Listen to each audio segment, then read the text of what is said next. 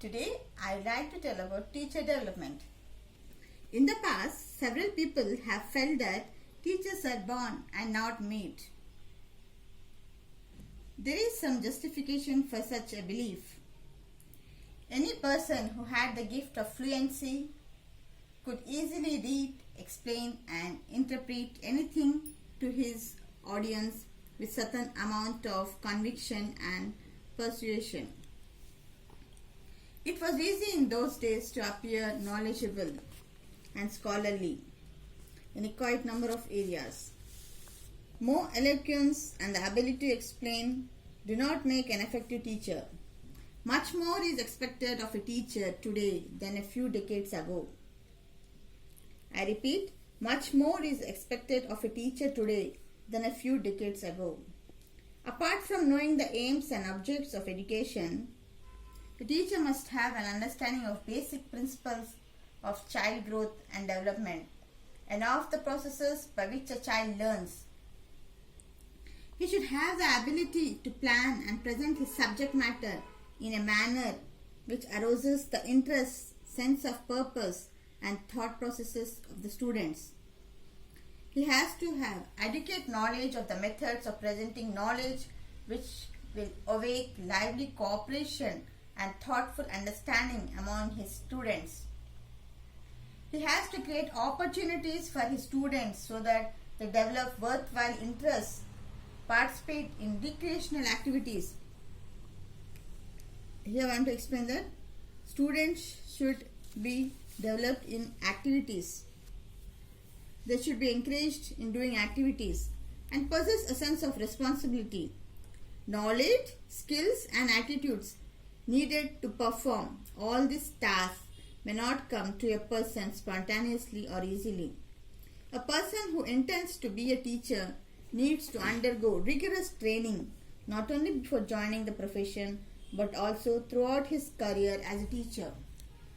Teachers occupy a pivotal position in a nation as they prepare the citizens of tomorrow. Education remained confined to certain sections and was imparted on almost one-to-one basis.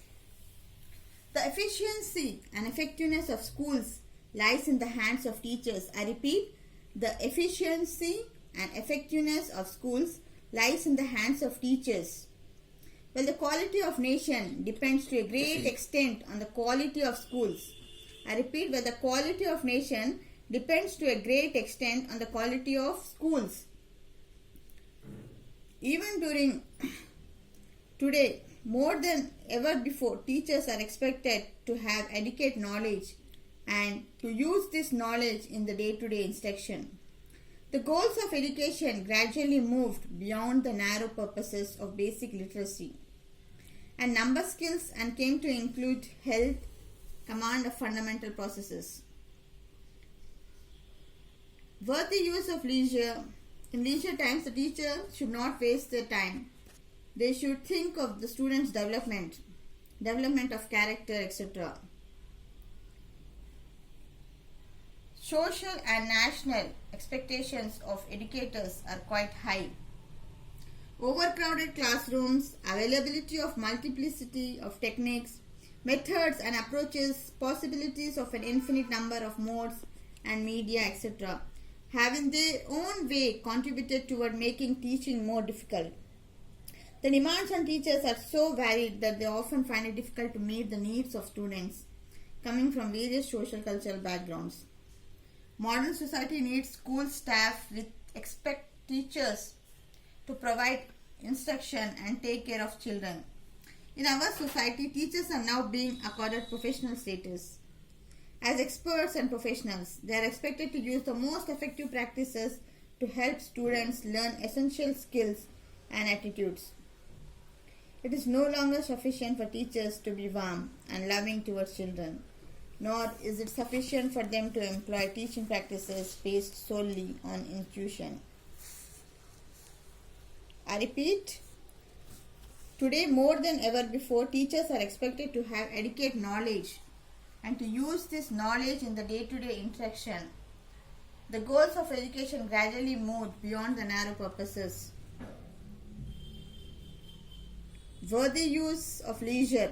The teachers should use their leisure time in the development of students, development of character. I hope teachers will follow the rules. Thank you one and all. Meet you soon.